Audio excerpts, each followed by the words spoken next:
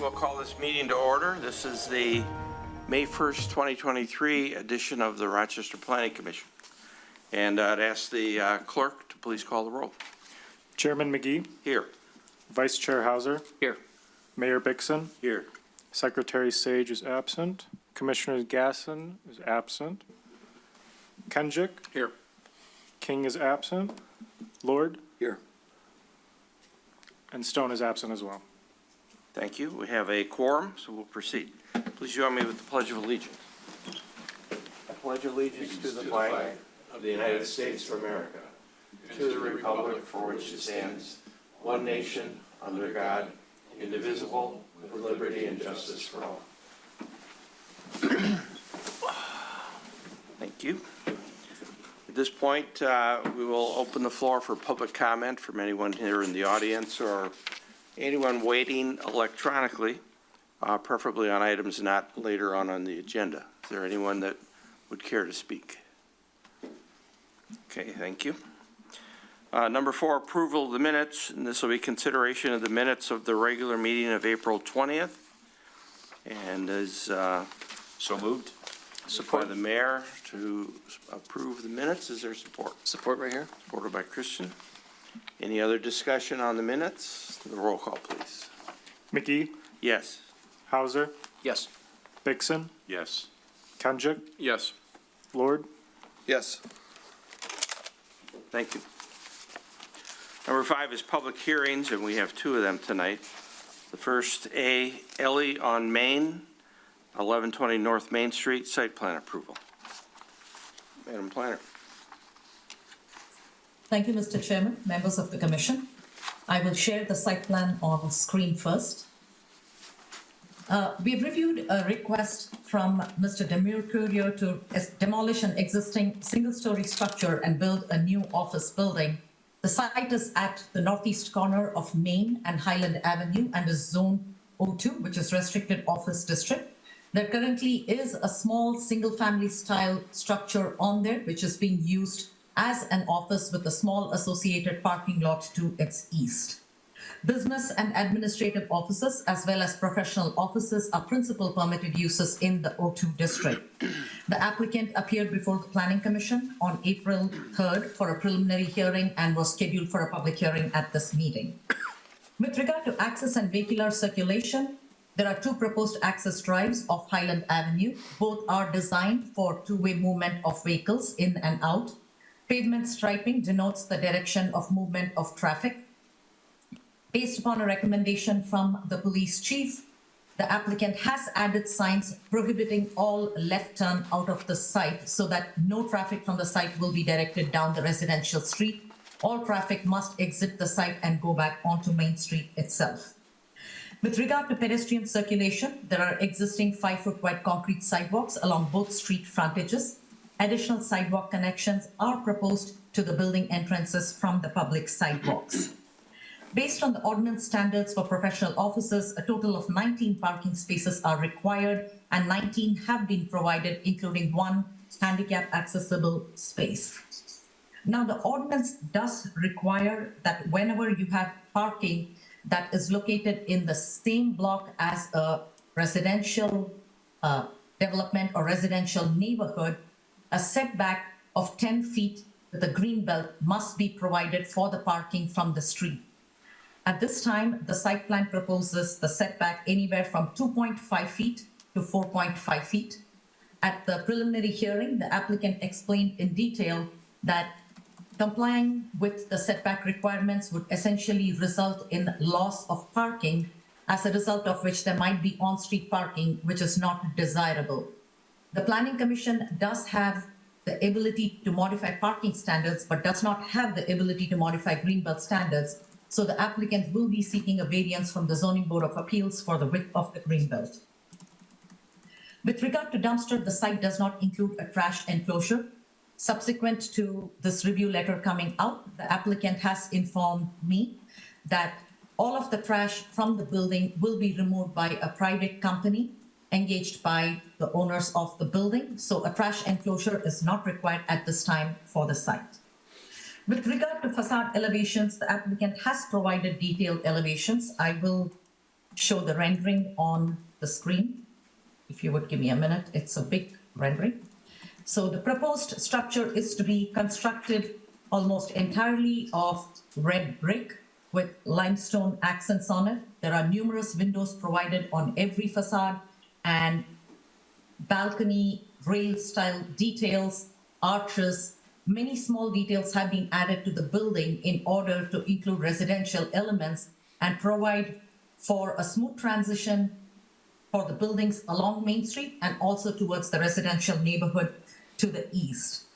At the last Planning Commission meeting, the applicant explained the facade in detail and it was well received by the Planning Commission.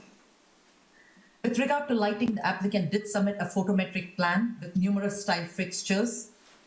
The lighting in some of the areas, specifically on the underside of the building where the parking is located and in this lot, slightly exceeded what is permissible by the ordinance. Since my review letter was done, the applicant did forward me an updated lighting plan that removed one of the light poles in this parking lot and replaced it with a different fixture style. At this time, the site is in full compliance with the photometric standards of the zoning ordinance. As required by the ordinance, a screen wall is proposed along the east property line. I will go to the landscape plan so you can actually see where the screen wall is going to be.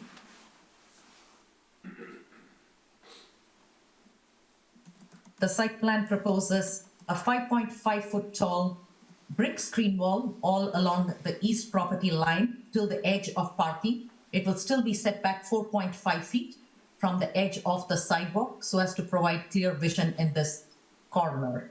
The note we wanted to make was the color of the brick must match the brick on the building itself, which I do think the applicant proposes to do. We just wanted to confirm it.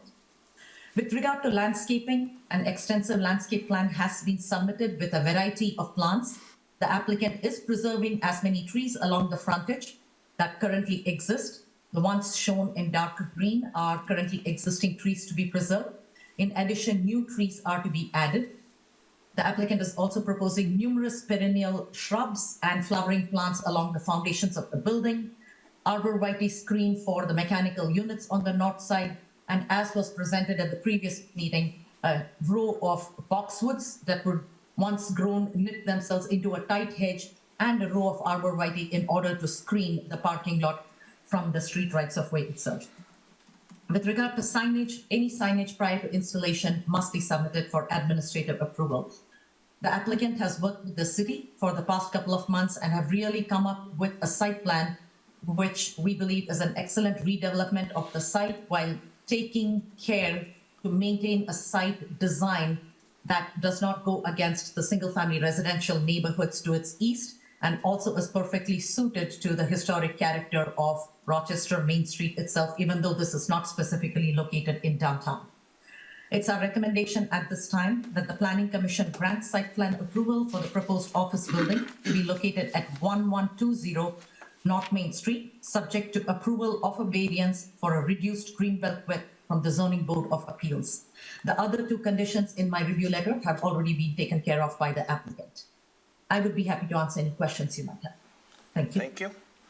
Any questions from the commissioners for the planner? Any questions? No, sir. Okay. Is the applicant present tonight? Good evening, sir. Welcome back. Good evening, thank you. Mark Abernatha with Alexander Bogarts, the architects for the project. Thanks, Mark. I also have Damiano DiMercurios here, the developer and the owner of the building. And I don't really have anything to add. You know, we've worked hard at trying to address all of the comments, which we have. We're really excited about the building. We think it's. Could you have the owner come up? Sure.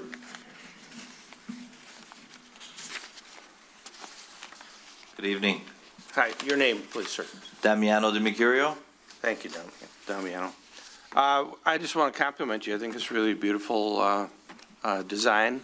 I love the old house that's there. I hate to see it go, but you've gone a long mile on this. So I just wanted to meet you personally and Thank you. let you know that. We've had a great team. Mark and his team have put together a beautiful project that we too are very excited to develop. Very good. You heard the comments from the planner, and you're in agreement with everything that's Yes, been sir. stated? Okay, very good. This is scheduled for a public hearing. We're going to open it at 7:10. And I'll ask if there's anyone present in the room or waiting electronically to speak on this matter. This was properly advertised and, yes, ma'am, please come forward.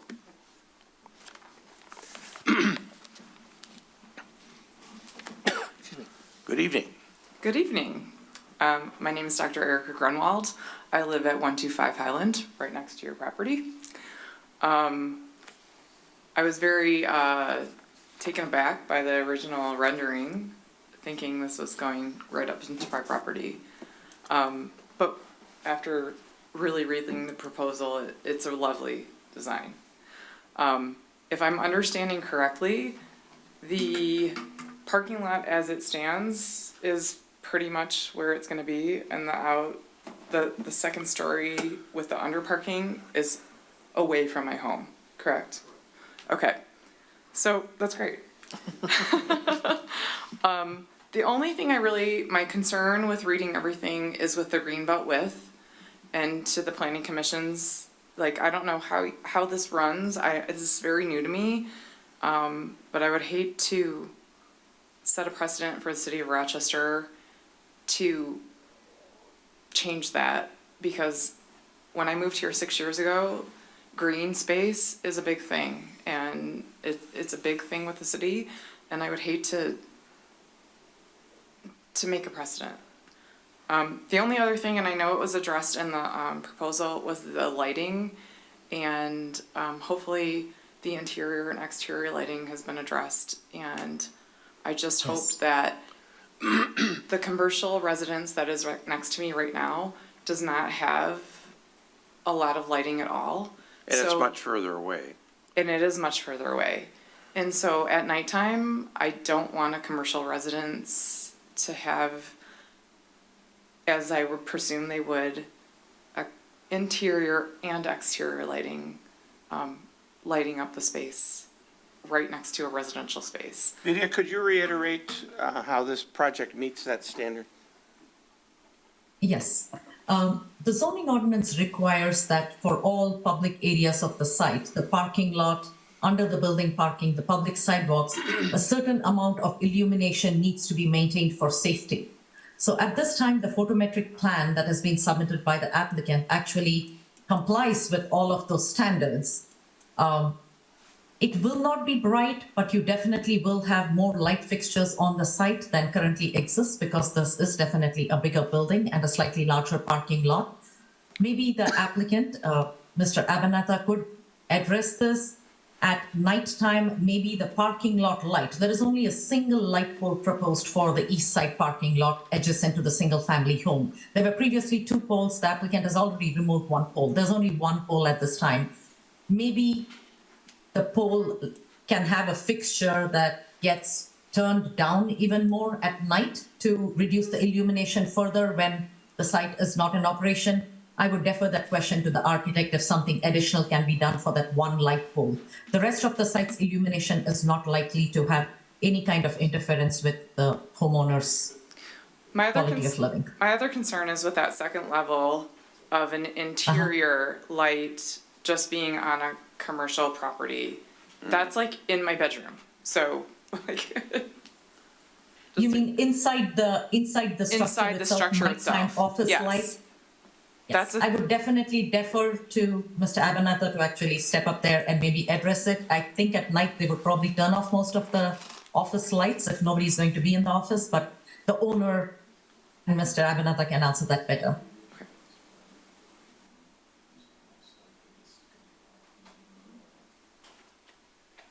Go ahead. Please.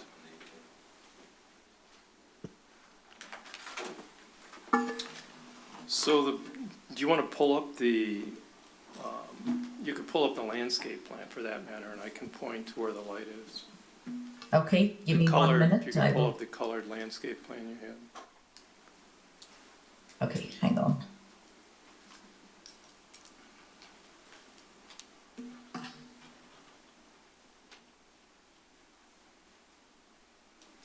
Okay.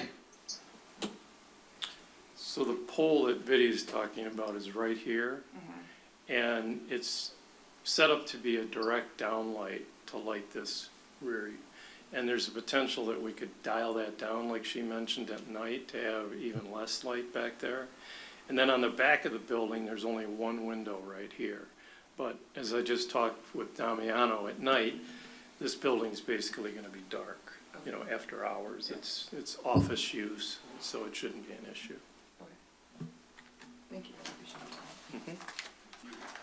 Thank you. Any other comments? Please, love to have you.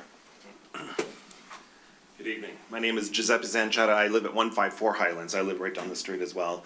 My concerns are to do really with the traffic patterns there, right? I heard trash is going to be handled by a private vendor. I'm not sure what that means. Does that mean wheeling out, you know, trash cans out there and we're going to have a row of, you know, a bunch of trash cans? And I really don't know what that is. It seems short-sighted to not be able to address trash on the property. And I think that's because of the size of the building and the limitations that it is, and that's why they're asking for a variance on the setback as well. But if you look at traffic patterns, not only with trash pickup, deliveries, Amazon, UPS, FedEx, right, they're up and down all the time, there's really not much to accommodate. There's no loading bay, so that means likely those vehicles are gonna be on the street delivering, you know, parcels. And when you look at the traffic patterns going out to that drive, I realize that there's no left turn coming into the residential, which I appreciate. But if you turn right there and you really, during traffic situations, your only option is to turn right onto Main Street. If you try to turn left there, you're congested. It's busy, you can't turn left there. And if you combine, 18 parking spaces, parcel deliveries, package pickups, I'm concerned we've got some problems with flow there. And then just in general, on the variance and the setback, I would like to see, you know, the ordinances maintained. They were set there for a reason. Let's set and stay with that standard. I do agree with everybody's comments, though. It is a beautiful building, you know, but it would be nice to accommodate the true intent of what the ordinance were set for. And like I said, I'm concerned about traffic flow with, you know, the limitation of turning on that, on Main Street there. Lydia, the planning commission doesn't have input on the setback issue, but could you point out where on the site plan this is? And essentially the variance between as written and what's being requested? Yes, I would like to address several of the concerns the resident brought up. The first thing is with regard to trash removal. It is not required that every site needs to have a trash enclosure. They need to, however, address how trash is removed. And it's not unusual for an office building or a facility such as this, which might be an architect or a builder's or a bank building, to not have a dumpster enclosure because the materials that they discard are something they don't want anybody else to look into. So they do contract with a private vendor to come and take the trash from inside the building and take it off-site so that they don't have an enclosure where somebody can try dumpster diving or take any papers that they're not supposed to see. So that by itself is not unusual. Second thing is, a building this size under the zoning ordinance does not require a loading space. We would have mandated striping of a loading space if the ordinance required it, but based upon the size of the building, the zoning ordinance does not require. And per the applicant, it is going to be the typical Amazon, FedEx, like the resident said, typically those delivery buildings, and they are going to do what they usually do, either pull over here, this is the side door, they're either going to drop off the parcels over here, or they're going to pull in over here and drop the parcels in here and leave. With regard to the greenbelt, this is the section that we are referring to. The greenbelt is 4.5 feet wide here, and it's 2.5 feet wide over here. If the applicant were to provide the 10-foot wide greenbelt, it would result in the loss of at least 4 parking spaces, which would mean there is a possibility, even if the applicant went and sought a variance for it or did not get a variance, visitors to the site would end up likely trying to park on the street, which we would prefer to avoid on a residential street. It would be preferable if the applicant contained all of their business parking on their site so that the street is clear for the residents. However, the greenbelt width is subject to approval only by the Zoning Board of Appeals. So they will make a determination if the applicant can present a case and demonstrate the required standards for seeking a variance. Thank you. turning left out of there is gonna be a big bottleneck. And if you have Yes. delivery vehicles there too, that's. gonna be- Understand, it's that way today, it'll be that way if the building's built. It's just tight and busy. Don't And allow the variance, and it would have to be a smaller building there, it'd be less vehicles, less delivery vehicles, less problem. I Okay. would say that would minimize. Thank you for coming in, appreciate it. Okay, anyone else here or electronically connected who wants to speak on this subject? Seeing and hearing none, we'll. Oh, absolutely. I didn't see a hand. Then I didn't know you were here. Yes, sir, your name? Hey, Nick, how you doing? My name is Jonathan Crane, C-R-A-N-E. My office is at 1126 North Main, immediately north of this building. Welcome. And if you put the site plan up, I'll be talking a little bit about it. I don't have a pointer, but. That's my building, the one with the white roof on it. With the 01 on it there, Jim? Yes. Thank you. I've been there since 1989. We remodeled the building. We put it in underground as required. We had to cut out almost 1,000 yards of earth to drop the grade, to put in the paved parking lot, the underground sewage, and drop the grade. I think it had something to do with Mr. Heritage being to the north of it. He at the time was the chairman of the planning commission. He had very strong concerns about the water and storm, as I come before you. I looked at your site plan. I spoke to your engineer this afternoon. Very nice man. He said he would address it, but there's no addressing whatsoever of the stormwater on the site. No catch basins, no manholes, no detention. My building, since they built that parking lot 11 years ago, the basement has been flooded 3 times. The 20-something years prior to that, we never had a water problem. If you look at the site plan, the engineered site plan, I don't know if they have that up or not. I guess you don't. Here we go. The one with the drainage, sheet 2.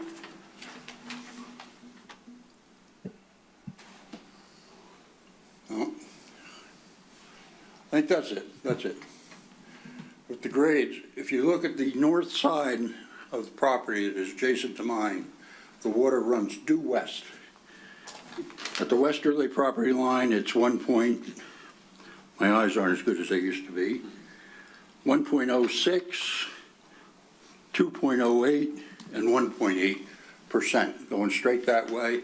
The water runs down into the area between my building and the existing building, and then comes into my basement. I would like to see some improvements to the drainage. My preliminary estimate was, it looked like approximately 80% impervious on this lot. I was in awe. They talked about this being a smaller model of the building to the south, that Vito Anthony built, excuse me. And I was in awe when he built it with the underground detention that he put in. It was awesome. I mean, he did a lot of work, made my project look small. I don't know whether they want to do that or hook into some storm or whatever, but there has to be, so you can't allow sheet drainage on this site. That's the only exception I have. Mr. Bogart's shop ran a slam dunk drawing. It's a beautiful design, but it does need to be engineered a little bit more. There's no detention or retention, no catch basins, and no downspout locations shown on the site plans as to where the water is going. That's a heck of a big roof and a lot of area and a small lot. With that, I recommend you approve it subject to the engineer's reviews. I have made a very brief summary. I marked up a drawing. I have my business card, and I'll give it to Mr. Banda. That'd be good. Thank you very much. It is a beautiful design. Get it for 1 second. Thank you for coming in. If I may, and thank you, John, for your concerns. I can guarantee you that our engineers, we don't go to full engineering on site plans like this yet, so it'll be a 100-year storm detention, just like Vito's building, John. And we'll make sure no water can leave this property to adjacent properties. That's our ordinance, so it's a standard through Oakland County and us. So we don't get to that detail here, but you have our commitment that before this gets a building permit, it will be addressed, and we'll make sure we stay in communication with you, so we can prove to you on the engineer drawing. You don't have to prove, you know. But I want you to know, so that we're. Is any detention required, or is it Yeah, just? well, it'll be a 100-year storm that's gotta be detained on-site or underground, so So- it'll be a combination of all that. Yeah, Similar to what was done across the street? absolutely. Okay. All our buildings that we do now, so. They didn't do it when they built their parking lot, Nick. Who's that? When they built the prior owner built the parking lot. Yeah, and again, I don't know what happened before us, but yeah, we go with But, 100-year but storm. no runoff is Correct. going to go to the north from this property. Ordinance won't allow it, and we won't Okay. allow it, so. So the planning commission doesn't typically get into that detail. We have to trust that the administration through the engineers. Okay, but that's my only, it's a beautiful building and it'll be a credit. They're tearing down a old outdated bungalow and putting up a very nice building. Thank you. Thanks for bothering to come in. We appreciate that. Any other comments? Questions? So I'll close the public hearing. We'll call it 7:26 and bring this matter back up to the commissioners again for any comments that you might have, questions you might have.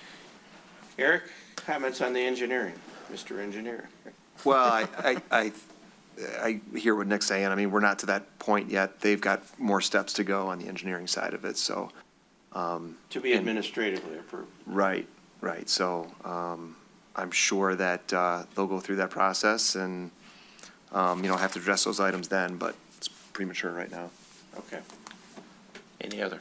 I will just reiterate what I said earlier, last meeting, is that I think it's a very, very well-done drawing. I think it's a beautiful building. I think it's going to look very nice on that corner.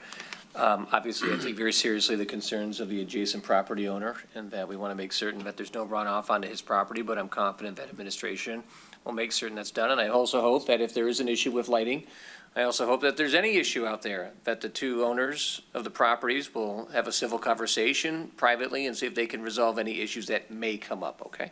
But other than that, I think it's a wonderful job. Would you like to make a motion and include some of the additional items we learned tonight? I would like to make a motion consistent with what I said, in that I would approve the site plan approval, and subject to, of course, that administration monitors and makes certain that all engineering is done accordingly, and that the issues regarding the lighting are addressed at the time the building is complete. And then the zoning board appeals waiver. Yeah, and zoning board of appeals waiver would be issued. Support. Supported by who? Mr. Lord. Okay. Any other discussion? Mr. Mayor. I just like to address one of the residents who spoke. I live next street over, and yeah, nobody's making a left turn there. I get that. They haven't made a left turn in 10 years, except sometimes when I'm going to work in the morning, the guy comes right in front of me.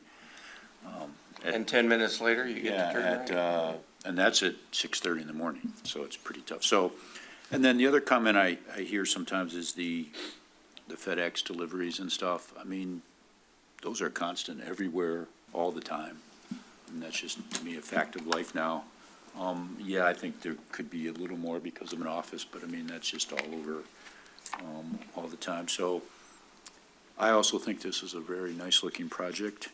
It fits kind of right next to the Vito Pampalone building, and I think it's a welcome addition to town. Thank you, sir. Any other comments? Can we have the roll call, please? McGee, Yes. Hauser, Yes. Bixson, Yes. Kendrick, Yes. and Lord.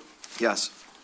Thank you very much. Good luck to you. Thank you very much. Have a good evening. Thank you. Nick, how soon does the ZBA, do they meet monthly, or is that on request? It'll probably be on, I don't know, we can make, May will be tight. I might be able to make the May, if not the June meeting. Okay. And what residents will get notification within 300 feet. The 300 feet, yeah, okay, very good. Thank you. The next item is 5B, Blake's Realty, 411 Main, exterior facade changes. Video. Yes. Thank you, Mr. Chairman, members of the commission. The commission is very familiar with this particular project. This is located on Main Street, this building. It's an existing single-story building. Originally, you reviewed it in 2018 and approved a proposal to construct a full second story that actually had a residential space and office space. Subsequently, the residential space was eliminated. It was just office space on the second story. But then the applicant decided not to go with the two-story facade, and at this time, the proposal has been revised, and what is before you is keeping the existing single-story building, making facade changes, and using it as an office building.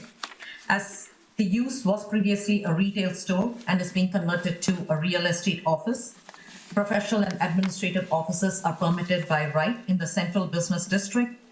A note of clarification here. The Planning Commission recently recommended to the City Council, I'm not sure if the City Council has already adopted the ordinance, which restricts any other office uses from being on the first floor of buildings in the Central Business District. However, the applicant's application predates the initiation of that amendment, so we have to process them under the old ordinance, which did in fact allow for office uses to be located on the first floor itself. Nick, The was that applicant appeared before handled the by Planning the, Commission. was that handled by the city council? It's all set. And approved? Okay, thank you. Approved. Okay. So the applicant appeared before the Planning Commission for a preliminary hearing on April 3rd and was scheduled for this meeting. I just realized earlier that the site plan does not seem to be part of the PDF packet that was online, so I pulled out the site plan from the submission that was done on April 3rd. The site plan remains the same, so I'm putting this up on your screen from the last PC packet agenda of April the 3rd. With regard to access and circulation, the site fronts on Main Street, and to the west and on the alley to the west and on Main Street to the east. There is an existing parking space along the alley, which is to be maintained as is. I will pull up the applicant's new, if you would give me just 1 second, I will stop share on the site plan and I will pull up the current site plan packet, what the applicant is proposing to do. The elevations would be on, since it's facade elevation, I would like to pull up the facade elevation on the screen for Planning Commission. Okay. The subject fronts onto Main Street, which already has a 15-foot wide public sidewalk, and there is a 10-foot wide brick paver walkway along the entire rear length of the alleyway itself. Based on parking spaces, the site was previously retail use, which required a lot more parking because the requirement for retail is 1 space for every 200 gross square feet. For office, it is 1 for every 300 gross square feet. So the number of parking spaces required for the site is less than it was before. The building was originally grandfathered in for 9 parking spaces, and at this time would probably require only 6. The site backs onto the alley, which has the city integrated dumpster into the parking structure itself, and that is what the applicant is proposing to use, and it serves their needs. With regard to the facade modifications, the existing facade on Main Street is covered with a faux panel that the applicant is removing, and the new facade will be constructed of limestone tiles. These big tiles are limestone, and with the cornice that is going to be on top. The cornice is being added both on the front and the rear alley facades in order to raise the height of this building to maintain the roof line of the buildings to the north and the south and to provide a transition. They are adding new windows, and there is going to be a new awning over the storefront windows and a suspended metal awning above the new front door. On the rear facade, it's going to be altered. The rear facade is lower than the front and substantially lower than the buildings on either side to the north and south. So the applicant is adding some block to raise just the height of that wall facade to maintain a continuous roof line. The proposed building colors have not been noted on the new elevations, but based upon this rendering that is provided, we assume it is supposed to be a shade of off-white and black. We just want confirmation so that we are not making an assumption on the building colors. With regard to lighting, there is going to be 1 decorative light fixture on the front and 2 on the rear facades, designed to match the more modern architecture of the building. No planters will be added to the front facade as shown on this rendering. This is an older rendering, so they have the planters shown. We are not requiring any planters because the Planning Commission has made clear that they don't want any more obstructions on the Main Street sidewalk, especially with so many pedestrians and strollers, along with the city installed landscape beds already. So these planters will not be there. They're just shown on this particular rendering. On the rear alley entrance, however, there will be a planter added next to the door itself to be planted with a boxwood in order to give some relief to the rear facade. These are individual letters that are backlit box letters that are to be mounted to the front facade and must be submitted for administrative approval to check the total area prior to installation. The applicant has been working on this project from 2018. It's been several years now.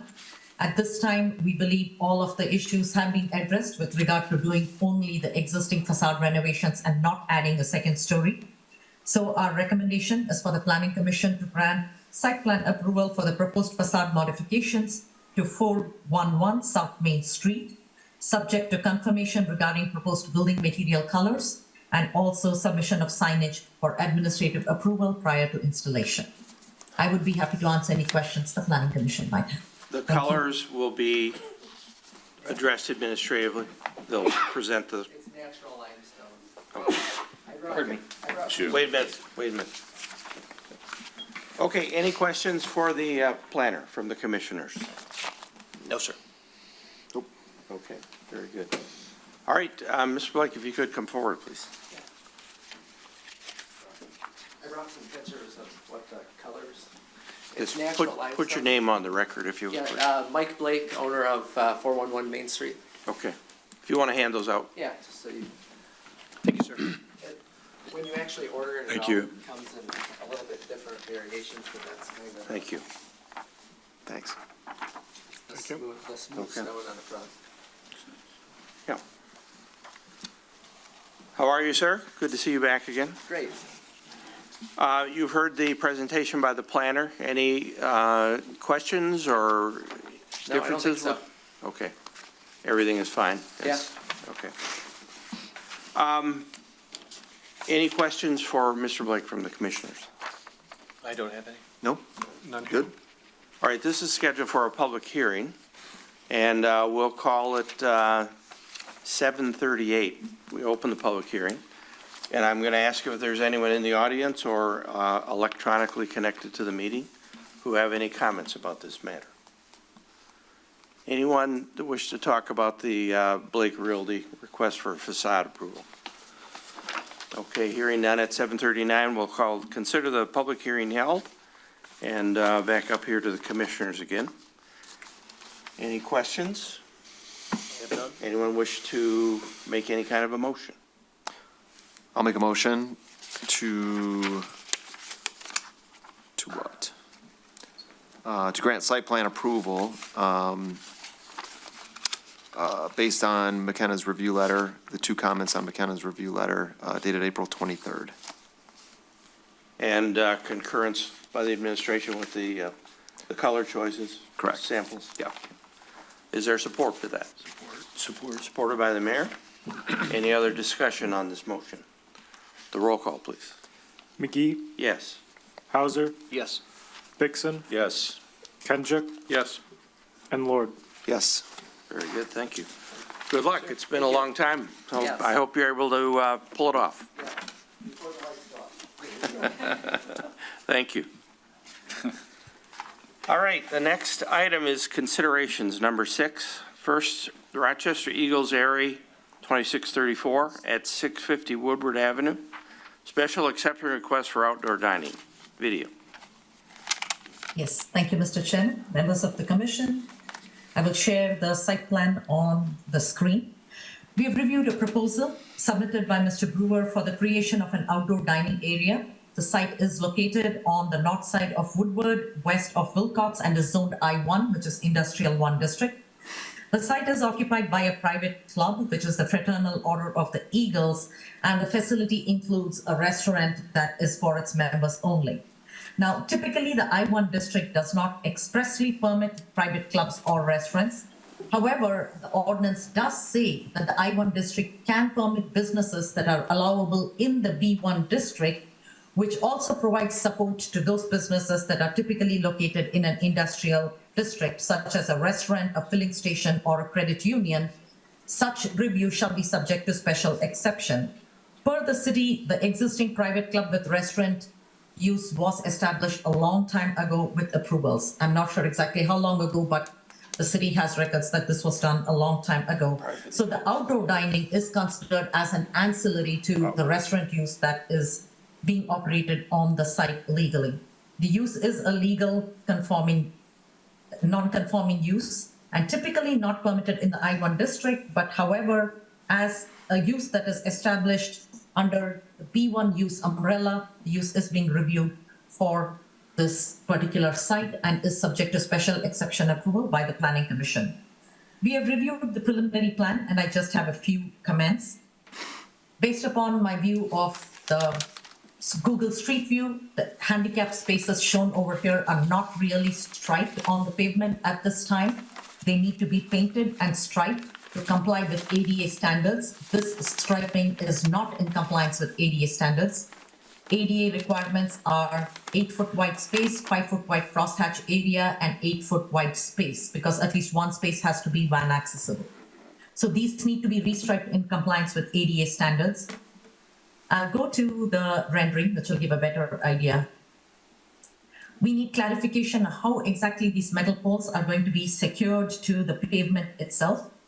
What exactly these chairs and tables are going to be made of. The reason we ask for the clarification is I'm not clear whether it's actually metal chairs or are these plastic chairs. So in the event of a wind or strong winds, we don't want the outdoor dining to just fly off the site. A clarification if this furniture will be stored indoors during the off-season, and notation regarding hours of operation. The ordinance allows outdoor dining areas to function from May through October. If the applicant desires to operate it outside of these timelines, it's already May 1st, so if they want to operate it beyond October, they do need to get permission from the Planning Commission to do so. We need clarification whether any lighting is proposed for the outdoor dining area. If yes, we need to see what those fixtures look like. And also if any outdoor audiovisual equipment is being proposed. Is there going to be an ambient music system? Or if there is going to be a TV? The outdoor dining area is reasonably close to residential neighborhoods, both single family and multiple family. So the sound that is generated and this outdoor dining area can carry on a silent night. So we need clarification on exactly what kind of equipment is going to be out here.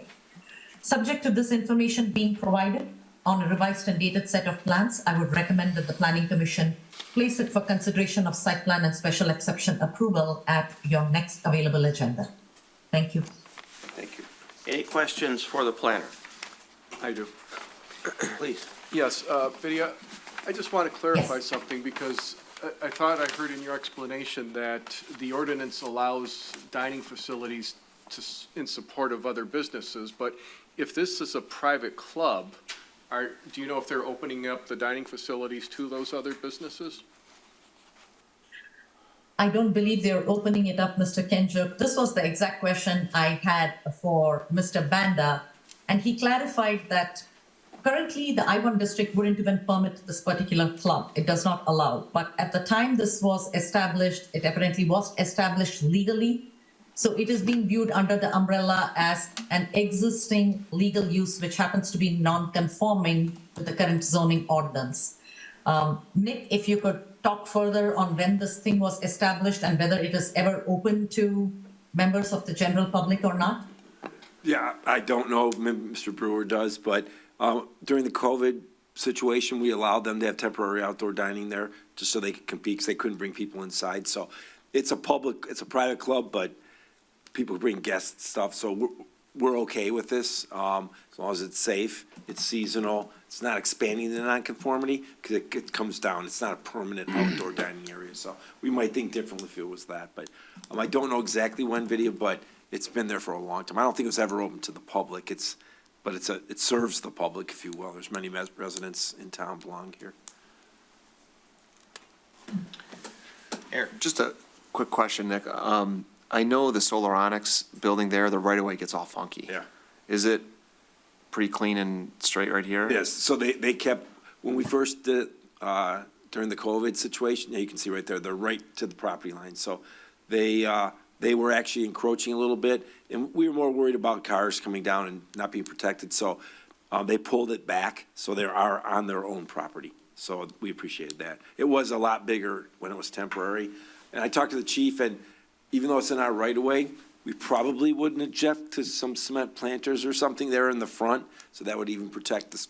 I'm sure they'll put posts with concrete in temporarily even, but anything we can do to make people feel safer, there's not a bad idea. Where is the right-of-way line? Is that It's it? literally, yeah, it's right Right in to the right pole? there. Yep, Lydia's got it right there.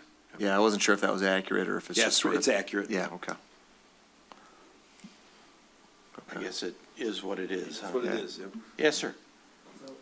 You have to come forward. Mike Blake. I'm a new member as of last week, and I just thought I'd share there are 635 members who are all local, Rochester and Yeah. surrounding area. So Yeah. it's a very local group. Yeah. A Very friend of mine good. just texted me last week telling me I should join If too. I, A lot, they're If getting I- a lot more people. Yeah. if I can, I'm a member, so I don't know. Yeah. Honestly, I don't know if I need to abstain from this or not, or I don't think so, I but, can be completely impartial, I promise you, but I just, so, in purpose of transparency, I am a proud member, and I have been for many I years. haven't been invited. I haven't either. I'll take you both next week, yeah. I have not been invited, no. Well, I don't know. Okay, what we need to do is schedule this for a public hearing. Next month, correct. So do we have a motion to that effect? So moved. Moved by Mr. Lord, supported by Christian. Support. Any other discussion? Sir. Okay, the roll call. McGee, Yes. Hauser, Yes. Bixson, Yes. Kendrick, Yes. and Lord. Yes. Thank you. Got a question up there. Yep, come on forward. We got to get you on tape, so to speak here. My name is John Brewer. I didn't know if I was supposed to come up here or not. I do have, Who are you, John? I am a member at the Eagles, and I'm just taking care of it. I'm a builder, so I told Okay. him I would help him out. You're not one of the officers. I'm not one of the officers, Okay, but I told him I would, talk with the architect and everything like that. go ahead. The hours, we are gonna go, obviously May through October, 11 to 10, Sunday through Thursday, and 11 to 11 Friday and Saturday, if that's permittable. There is no new lighting or audio visual outside. It's just gonna be strictly dining area. No bands, No bands. no I mean, the bands will be loudspeakers. playing inside, Yeah, but I don't think it will come out and affect any But of no the speakers residential. outside. No speakers outside. The chairs and the tables, we are looking at chairs, they're 13 pounds apiece, they're made of metal. Our tables will be made of metal, we know about the blowing around, we will not have anything, we're trying to mimic what's going on in downtown Rochester. So like, however they mount theirs in downtown Rochester, I assume it's, a concrete wedge anchor or, a sleeve anchor that they can take out, and then remove it, something similar to that. We just basically got just a generic from Design House, what they've done in the past. We didn't, so whatever, so this whatever won't be, brackets that we are gonna have, it's gonna probably be similar. this will be on the ground, not on a platform. If I may, so downtown, they literally put lag bolts in the 4 posts, so that holds them down, and then they just come out. So some tried the sleeves, and they got. So it's a lag bolt kind of thing, okay, so they just kind of, okay. Into the concrete or into the asphalt. Yep. And the 2 handicap spaces in the front, we actually have 2 handicap spaces in the back. We were planning on, I don't know if we can get rid of them or add one to the back. I can show you where they are on the blueprint. It's basically where it says 8 in the one next to it, closest to the building. I don't know if that's sufficient. Vinny, I don't know if we you need to- evaluated it for that purpose. Most of our parking is in the back. Nobody really uses the parking up front. So if somebody handicapped comes in, they really park back there. So where it has the 8 right there and the one next to it is a handicap spot. Video. Okay. I just want to provide a clarification.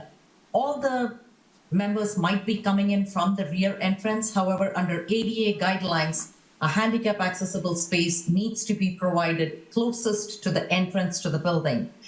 This outdoor dining area, the closest to it would be this handicap space. So you cannot get rid of these handicap spaces. They are required per ADA guidelines to serve just the outdoor dining, if not the restaurant.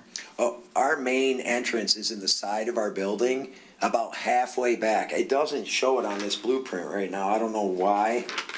I just didn't think that the handicap spaces were gonna be a problem, but it's about right in the middle, right past where the first building on the top of it, our entrance is right there. So it's actually closer for the handicap person to travel to, I mean, if you want me to, I could go up there and point where it's at. Well, No, I don't think you have to do that. let me ask this, so you will not be able to get inside the outdoor dining from the exterior, right? You have to come through the building to go inside? Is that correct? Or no? I'm sorry? Is there gonna be, there's not a gate on the outside to get to the outside dining, right? Or is you have to get into the outside dining from the inside of the building? No, actually, right now, it's set up to where you come out the front doors and then go into the outdoor dining area. So I'm gonna go with video then, because that is, Yep. because You I can't do understand what that. you're saying, I know where your entrance is in the middle, and that would serve there, but because people could directly get in from outside there, then you have to have a handicap spot there, so. Okay, what if I don't know how much of a pain in the butt this is, probably is, but, if I extend that outdoor, the one by the variance line, if we came past that front door and just came straight out to where, if you did walk out that door, you went directly into the outdoor dining area. John, the only way you avoid not having a handicap there is if you can only get to outside dining from inside the building. Then the closest spaces to the inside would be at the top, so. Oh, okay, I It's your call understand if you now. wanna make it, you can't, so nobody can leave we actually like that, the police department like it self-contained. So if you can have to go inside the building because you're a private club. Be a lot better. It'd be a lot better, so. That would be perfect. We actually want to do that, honestly. We want to go Do you past follow the me? door, extend it another 7 foot. I think it says 7 foot right there at the bottom. It's kind of a small blueprint. 7 more feet and then go straight to the building to where that front door is inside of the outdoor seating area. Video, that way they could avoid having to have the parking because they're handicapped with them. They could only get in from inside the building. Handicap spaces are in the back for the front, so that would be fine. Mr. Bain, if I hear you correctly, Okay. that front door will be contained inside the outdoor seating area. All right, now, I'm just thinking this through, so we have to check with the fire chief to make sure that doesn't cause a problem with egress, because if that's your second means of egress, Right. you can't put everybody into a corral, so. Right. There is a gate on that right next to where the door would be opening. We would keep it out far enough.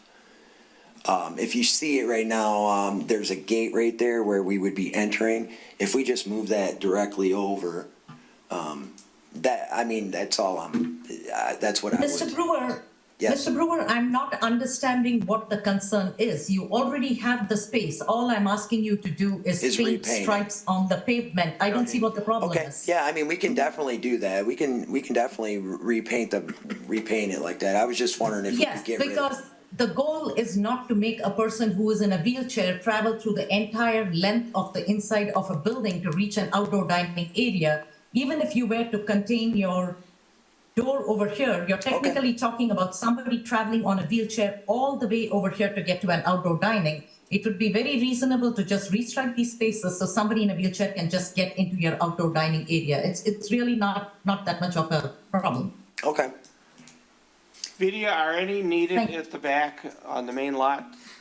Or are those 2 handicap spaces sufficient for the entire site? Actually, it is not. If all of this belongs to the Fraternal Order of the Eagles, 2 handicap spaces are not adequate for it. The amount of spaces, they probably will likely need these. Plus, these are not shown as handicapped, so I need verification that they're actually handicapped. This lot seems to have a lot more than. You're going to have to They make might sure need that to be- Design House is aware of this discussion, Gotcha. Yep. so that when the plan comes in next time, it's correct. It's a Okay. formula based on how many spaces you have, how many handicaps you need. You probably do need 4, so. Probably need Between 4 the 2 total. and the 2, you should be okay. Well, the other thing though is, and I'm sure it'll come up, is that if Yeah. those 2 stalls in front might only be 1 stall. They might be, if you can't. Because you have to do Yes, the exactly. accessible aisle. there too. Might not be enough for two, so. Okay. Right. Design house, I'm sure will look at it. Okay, so if that does break down to only one, then we'd have to put a third one in the back. It just depends, yeah, I don't know what your Okay. parking Yeah, count we is have in to the find back. out the number, yeah. Okay, We can have that for the next meeting, we'll be all right. okay. Sounds great. Okay, thank you. All right, thank you, guys. I appreciate your time. Thank you. Have a great night. All right, 6B, request by Rochester Community House located at 816 Ludlow to install a temporary tent for a second year. Video. I think I've got that one right, Vinny. This is Nick. Yep, I get this one. So, earlier in the spring, Mr. Smith, Alan, you're here, aren't you? There you are, come on up. Who runs the community house, he's, came in, and as you know of during the pandemic, they pivoted hard to make sure that they could provide services for the nonprofits and for anybody they could do. So they put up, invested in a expensive slab of cement, was done properly, put the tent up last year, used it for the entire year, became very productive for them. All in anticipation of building out the project. So the idea, this all came from originally, even before the pandemic, was when we go to start construction on the inside of that building, they're gonna gut it, and they wanted to not lose space and lose opportunities to use the facility during that construction period. So it happened that they went through the process, got approved at this honorable body, and then the bids came in, and they couldn't financially afford to do the project with the city. So the tent went up last summer, it was used a lot with the condition that after a year, it would have to come down. So the only way for them to extend that would be to come back and talk to this body, to ask for a request to continue to use the tent. So I talked to Alan, and I said, it's hard for me to support this. It was when he came in, because there's no reason, we're not under construction, we're not gonna be under construction this summer, but Alan reminded me that in his business, they have to set things in advance, way in advance. So in anticipation of, we would have been started by now, they had booked through this July, I believe, the end of July, Alan, that they would have items, and the tent's there, they could put it back up. And in the letter that he put in your packet, I believe, he's looking at the end of May to put it up through the end of July to honor some of the obligations they made last year when they thought they weren't gonna need it anymore. We'd be done by now, so. Is the construction project going to be done this year? No. So that's indefinitely delayed? It's indefinitely delayed. Correct. That's why Sorry, sir, we're just put That's your name okay. on the record. Alan Smith, Hi. Good evening. Executive Director. Just so you know, everybody knows, we're now home or heavily used by 18 of our big non-profits in the area. You go around there tonight, I mean, it is Condo Association month. We're inundated. We don't do any advertising. It's all word of mouth, and we're busting at the seams half the time.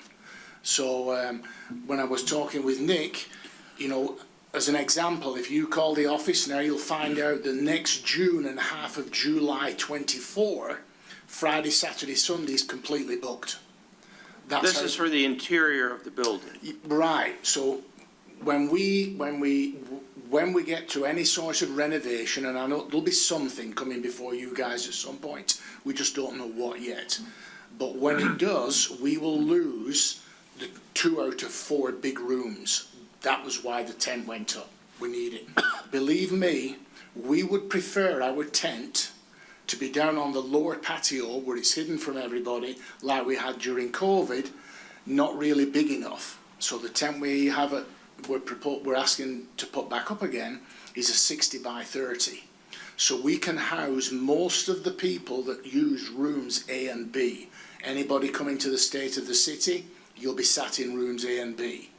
So we're keeping it to a minimum, and I suggested in the letter we have it for 2 months. It'll actually be for 5 weeks in use, but we need some extra time to give Rochester Rental time to take it down.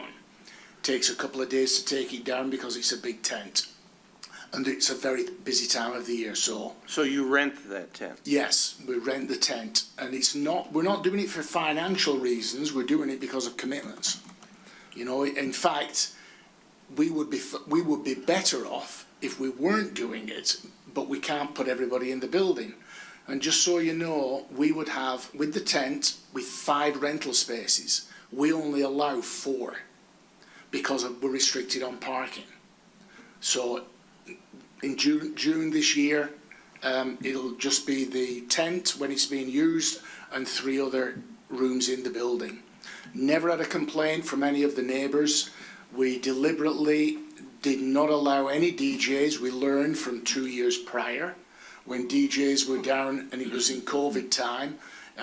I'm glad they're not doing noise at the opposite Dillman and Upton with the Eagles, because when the wind's blowing in the wrong direction, believe me, it carries to the east end of Griggs. That's where we got complaints from one Saturday night when it was. And anyway, so we're very careful on monitoring any noise in the Nick, thing. if they're not going to construct in the foreseeable future, they're going to need the tent. Why would we limit it? Right, so my argument would be it's our property. If we're going to want more use of the building, then build an addition on there. Don't put a temporary tent on. But if they can't financially afford to do that today. It's, again, that's not a consideration, so it's not about that. And Alan, it's not doing it for that. It's because of the commitments that we all thought and prayed that we would be under construction at this point. So I couldn't see this being a perpetual thing, although I will agree, not one complaint. They're extremely diligent on. And those neighbors were here at the meeting last year. Yeah, and they've been talked to since, so no one is complaining. But again, we have to be careful of setting precedents. Someone talked about that earlier. If we allow people to put up a temporary building every summer, everybody'd love to do that downtown, and then take it down and not spend the money on the mortar, brick and mortar. But again, our property, so, and this is an extenuating circumstance, and it's not rebuilding the slab and doing all that construction that would disrupt people. This is like put it back up, take it back down, and it's a limited period of time. So we are in support of this request. Okay. Any questions? So if I understand it, the tent's going up because there's commitments that are already made and you need the space. Correct. Not that we need the space, as I say, Right. necessarily, but it's because commitments were made. So some people come in and want the tent. So when this will, as I say, back in February, we've got half of June and July all booked out for next year already. That's how it works. But, so then you're not taking more bookings? No. So this, you're just trying to sunset out what you've already got on the books? We've shut down all bookings now. Yeah. I think it's the end of the first week of July.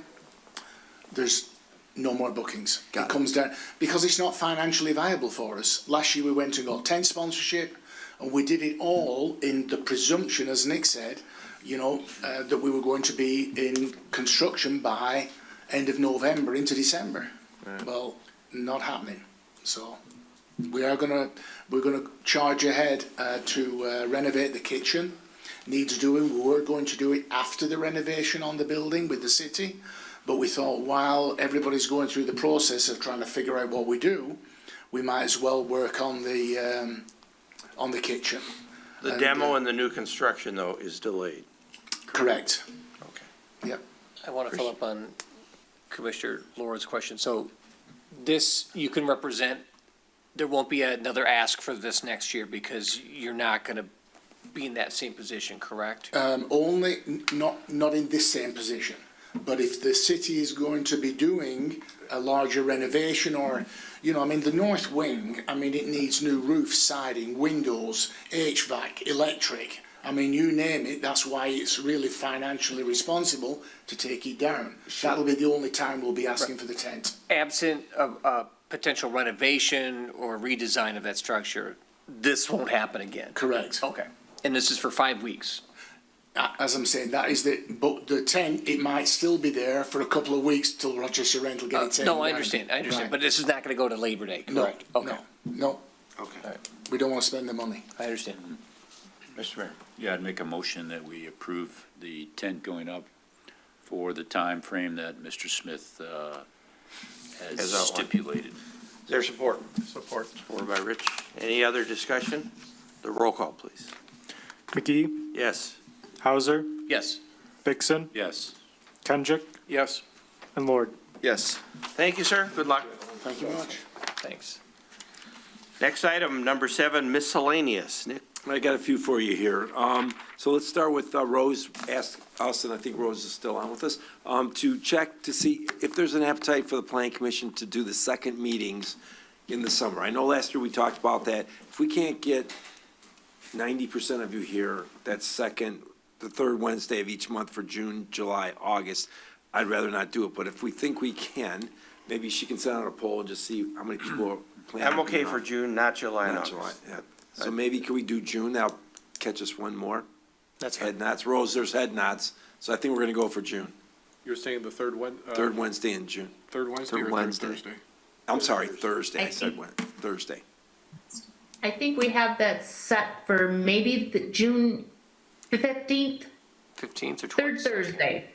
Oh, yeah, Third 15th. Thursday. 15th, okay. Works for me. And then we'll take off Take off July and August. Okay, that's great. All right, appreciate that. All right, second, Mr. Schneider, I brought this up last time. The condos on North Main that stopped construction, he secured financing himself. He did not have to sell out. So I talked to him, I think he closes this Friday, and he's gonna get started in 2 weeks to just keep on going with the construction. He asked for a few tweaks to the site plan, and I said, absolutely not, start building, just do what you said you're gonna do. So we're good there. Brown Iron Brewery, I talked to Patty today, again, waiting for the attorneys to get a little spark under their butts to get this taken care of with the county, because she can't buy it if she can't buy the property properly legal, so. A lot of cars around there. Is there activity? No, no, not at all, because actually the tenant, you would think the owner of the property that's trying to sell would get motivated, because the tenants are gone, they're getting no rent, they're paying taxes, they have to take care of the building, cut the grass, plow it. Yeah. And they just need simply the attorneys to get with the county to get this legal straightened out, so hopefully that's gonna happen. Mr. LaChurco brought in the next iteration of the cement plant down off of Diversion. So Joey came back and it's a downscaled, apartments, I think it's 2 buildings with some, townhomes along the river. So he literally submitted those and they're going to video. You'll get those in the next couple days. For review, and hopefully we can get that on for, we didn't commit to the June meeting. If we can't, it will be July. I met with Mr. Rewald and his team, on the next phase in front of his headquarter building, which would be a 30,000 square foot building, 3 stories. Right now, he's looking at putting it on the riverside, right in front of his new headquarters building. Attached? Parking lot, nope, not attached, so a separate building. Mr. Plez from the, Rochester Mills is partnering. He would run a restaurant, and a market on the first floor, and then 2 floors of office above it. It is a brownfield situation. We are closing out the old brownfield. There's discussion, could we extend it? We just said close it out. Look for a new brownfield application. We'll be talking about that this week, I think. May 15th, that's the 15th meeting. at the Yeah. brownfield meeting. So I expect that plan will be in for the July meeting. So he'll bring plans in. Video should have 6 weeks to review them, and we'll go there. Mr. Mosheri is just, with Mr. Rewald, are waiting patiently for the ordinance to get through the city council, which we did. Now we have to do second reading, publish it, so that we can move the PICA line, bring back the plan to you guys, I believe in, same thing, in July. Vidia's got a plan, she's been already starting to review it, and we'll get them on. It might even be for June, Vidia, the elevator site. Yeah, I think we're gonna make June. We can get it. Yep, so we'll make it, that will start processing through on June. Haven't heard from Solaronics, I think, Mayor, you might have. I had not heard from them. I heard a rumor that they were coming back with something. Okay, so they have not reached back out to us yet. So they haven't withdrawn or they haven't said they're moving forward. Kind of like 120 South Main, I'm working with their environmental engineers right now, which is the collision shop. Yes. And the cleaners, they're doing their due diligence on the brownfield. I expect that's gonna be in for August, so we'll be able to go that round. All the platforms are in town. We have them delivered, there's, the last couple are getting fixed up. The owners of the restaurants that are using the platforms had to commit to the DDA that you will man it and use them. If not, we're gonna pull them, because they're gonna pay for the parking that we're losing money, but if you're not gonna use them, then take them down. So the DDA was gracious enough to provide them, and we had 2 before that didn't really put tables and chairs there. They committed to do that, so we're off and running on that. And the Town Square project, there's a presentation from the DDA board. Mayor saw it 17 times, I think. And then we had it in front of City Council, the concept of the Front Porch Project, which is a community gathering spot on the farmer's market lot. So that will come to this board probably after they get the pricing in July. So now we did the conceptuals, engineers are digging through it, we're hiring a construction manager. Once they get the prices, if they can live with the budget that they can bring to city council and get the head nod like, let's go, it will come in front of this board probably in August. Almost be my guess. Everything I hear is parking, concern about parking, losing it 24/7. And we are not concerned with that because it's a. I'm only saying, you're just right. be prepared Oh, we to are. address it. We are, and our response was, aren't required to give free parking, but as a compromise, right now, the elevator lot, did have meters in it. Literally, we had to scab all those meters to get parts to keep the old meters going. So eventually, we didn't have enough parts to run, so we took them all out and talked to the DDA board and the parking advisory committee, and I think we're gonna leave that as a free parking lot. It's not as many as the farmer's market, but that will help soften the pain a little bit for the flow. So we'd have Firestone, big lot, and elevator free. And I think that's fair. And again, parking passes for a month are $20. There are 165 in Birmingham. It's 83 cents a day to have parking that's guaranteed, for anybody that wants it, so. But I did hear the rumor, we know that's being addressed, so, and I think that is, cement plant review, that's it. Any questions for Nick? I should have asked this earlier when Mr. Blake was up. I know the ordinance is now approved, that such a use cannot happen in the future. His is approved. Does that run with the land? Yep, so I think the last meeting we talked about this, for a quick update, so, there's 5 properties that are affected, they will be grandfathered in as non-conforming. The only way they lose the right they actually have the advantage, they can keep a office, any kind of office use, or they could go to a retail use or whatever. Once they make that change, they lose their non-conforming status, but in perpetuity, if they just kept renting to offices, Mr. Crispin, who owns the bank where Key Realty is, or not Key Realty, but, Keller Williams. KW, on the corner of, Even with a University. transfer of ownership? Yeah, it As long as doesn't the matter. use So it's not stays the ownership, same. it's the use discontinuity. But discontinuance, I think, is 1 year, correct? Is that right? What's that? If Yes, you don't 1 use year. it for 1 year, you lose it. Then you lose Yeah, it. then you would Yes. lose it, yeah, so. As Okay. long as you keep somebody in there, and they would be on notice that they're running out of time, so. Okay, thanks. Number 8, any more public comment? The people that are here? Upcoming agenda items, I think we already covered that. So, any other questions, comments? Again, I All thank right. Brian for stepping in here. I'm hoping to have our planning and zoning administrator starts May 15th. I'll introduce you to him at, the second meeting in May, and I thank Brian for what he's done, and he's done a great job. Good job, Brian. Thanks. Thank you, Brian. Mr. Thank you, Mayor. Brian. Yeah, just 2 things. One, Chairman McGee and I have come to the realization that nobody invited us to be members at the, You don't get an honorary membership? yeah, Honestly, the chairman and mayor get nothing. I would have so thought you got an honorary membership. Nothing. It's dirty business out there. I'll sponsor you guys. And secondly, State of the City, May 10th, which is a week from Wednesday. At the community At the community house, obviously the boards and commission, you guys. And we will see some of the stuff that we've approved and kind Yes. of, we're gonna talk about that, and you'll also see the new downtown thing and stuff. So if you can come, you're welcome to come. Thank you very much for the invitation. Everything after the speech, so it should be good. Okay, unless anyone objects, this meeting is adjourned. Great, thank you. Nick, did something happen?